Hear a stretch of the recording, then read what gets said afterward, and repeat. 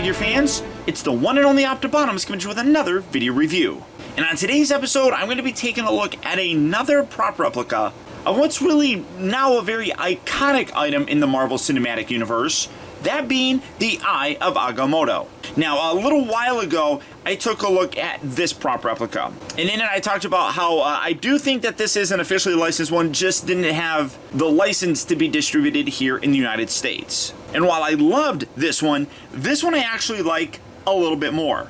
I picked this up at the 2018 San Diego Comic-Con at the Toink booth, which is officially distributing them from SalesOne, which is a kind of jewelry sort of company. But you can run in the back, you got the Marvel logo, very heavy-duty box, much like those Camellia beads, who in addition to this Eye of Agamotto, they also made those beads. So you got a very similar box. It's a little bit larger, very heavy-duty, really nice gold foil image of the Eye of Agamotto. Then you open it up, you got this nice red felt section here. You got the Avengers Infinity War logo. Oh, well, you can see it. The Avengers Infinity War logo, as this is how the Eye of Agamotto looked in the Infinity War. And then you get this nice certificate of authenticity that says that this document certifies this Eye of Agamotto necklace as an authentic Doctor Strange necklace. This necklace is an officially licensed Marvel piece of jewelry manufactured by licensee SalesOne. And then again, you've got the Avengers Infinity War logo right down there. You got SalesOne, and you can sit that right there.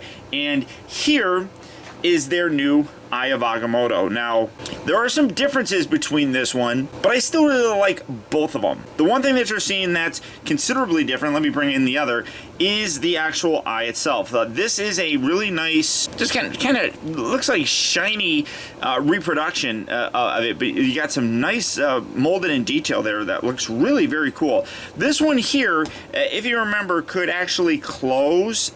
It's really difficult to do. You gotta get your finger in there, but I kind of like this. And again, this is how it's supposed to be designed and looking in that Infinity War. As also what you can see is that it's a much larger looking, I don't know, maybe it's not by much, it's a little bit bigger, but you do see a slight difference in the color. The other thing that I really like is the detailing here on the back. You can see some extra textural detail molded in there, and then this one is just this kind of flat surface, but I really like that added detail to the back section there.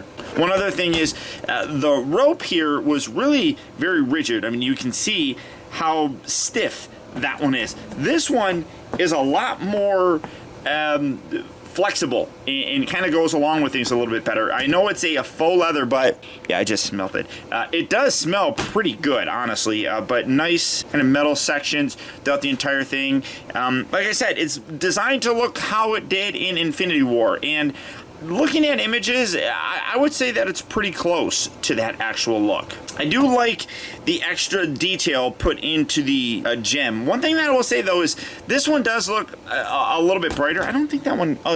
did this one actually glow? I don't remember if this one glowed. I have several replicas of the Eye of Agamotto. None of them are official or anything. Some of them glow, but I can't remember which one is which. But, I mean, you can still see the engraved detail along the side. Very similar to what we have here before. Not a lot of that changed, but I do like the overall, I guess, dirtier look of this, just in terms of the wear around the middle. And it is metal, and a lot of the rest of it does look very, very similar in terms of the sculpting. The only thing that really did change would be the eye section. That's really all that changes dramatically in it. I do like the necklace a little bit more, and the overall presentation of this is fairly nice. Now, as I said, I got this at San Diego Comic-Con. Whether or not it's an exclusive, though, I'm not 100% certain, because I know that they are selling it on the Toink website. So I don't know exactly if it is a San Diego Comic-Con exclusive. That's where I got it.